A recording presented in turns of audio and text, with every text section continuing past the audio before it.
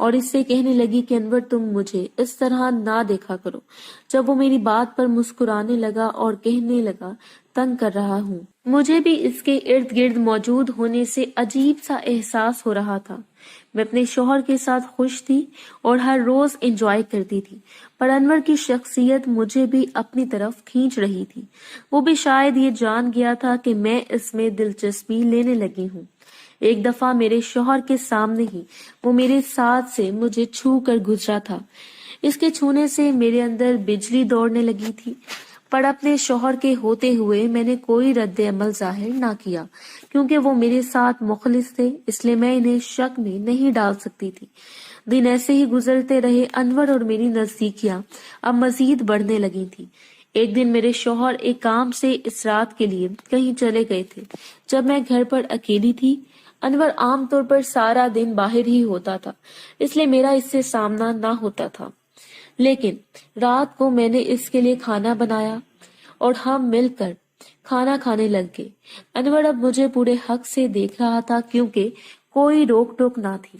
میں اس کے ساتھ سے اٹھنے لگی۔ جب اس نے مجھے اپنی جانب کھینچ لیا تو اس اچانک کی حرکت سے میں انور کو کوسنے لگی تھی کہ یہ سب کیا کر رہے ہو، پر وہ مجھے کہنے لگا کہ وہ مجھ سے دور نہیں رہ سکتا، نہ جانے مجھ میں ایسا کیا ہے جو اسے میری جانب کھینچ لاتا ہے۔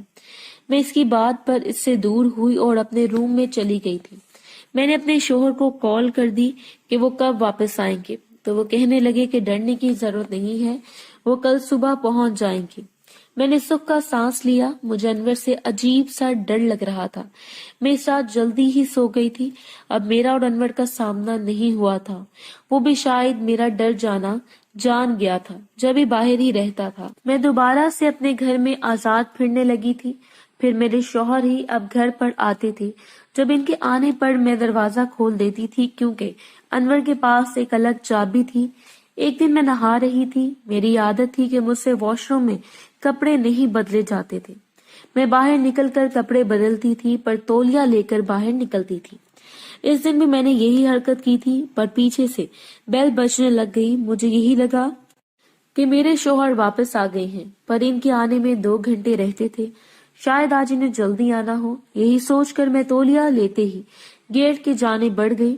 میں نے جیسے ہی دروازہ کھولا تو میرے سامنے میرے شوہر کی جگہ انور کھڑا تھا۔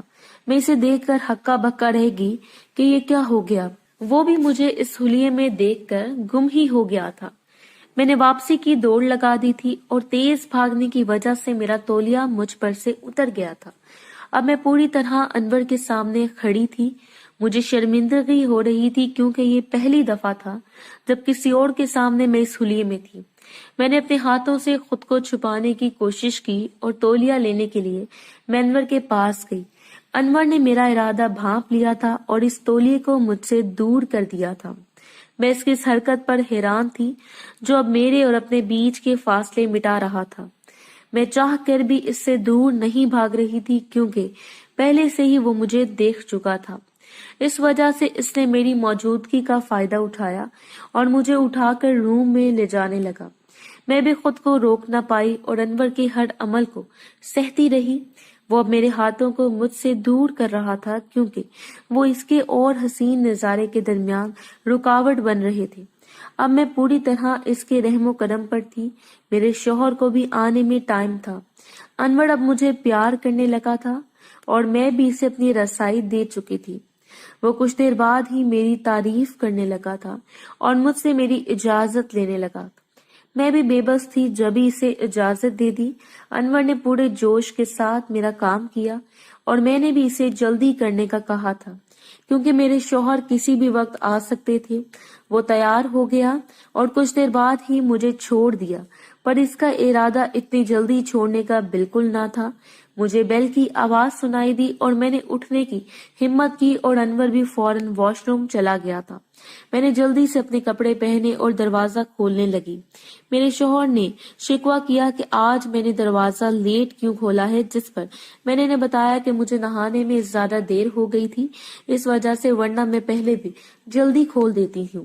میں نے اس کے بعد اپنے شوہر کے ساتھ انور کے لیے بھی کھانا تیار کیا جو کہ بہت خوش تھا اور فریش بھی نظر آ رہا تھا۔ میرے شوہر نے اس سے پوچھا کہ آج وہ پہلے سے فریش لگ رہا ہے، اس کی کوئی خاص وجہ ہے؟ انور نے ایک نظر مجھے دیکھا تھا، میں بہت بکھلائی ہوئی تھی جب وہ کہنے لگا کہ اس کی زندگی کی سب سے بڑی خواہش ابھی کچھ دیر پہلے پوری ہوئی ہے۔ میرا شوہر حیران ہوا تھا اور پھر مذاق سمجھ کر کھانے میں مصروف ہو گیا۔ جب انور نے میرے شوہر سے بچا کر مجھے آنکھ ماری، مجھے ڈر تھا کہ کہیں وہ میرے شوہر کو کچھ بتا نہ دے۔ میں اپنے شوہر کو کھونا بالکل نہیں چاہتی تھی، اس لیے انور سے دور رہنے لگی تھی۔ کچھ دن کے بعد اس کا ٹرانسفر ہو گیا تو وہ ہمارے گھر سے واپس چلا گیا۔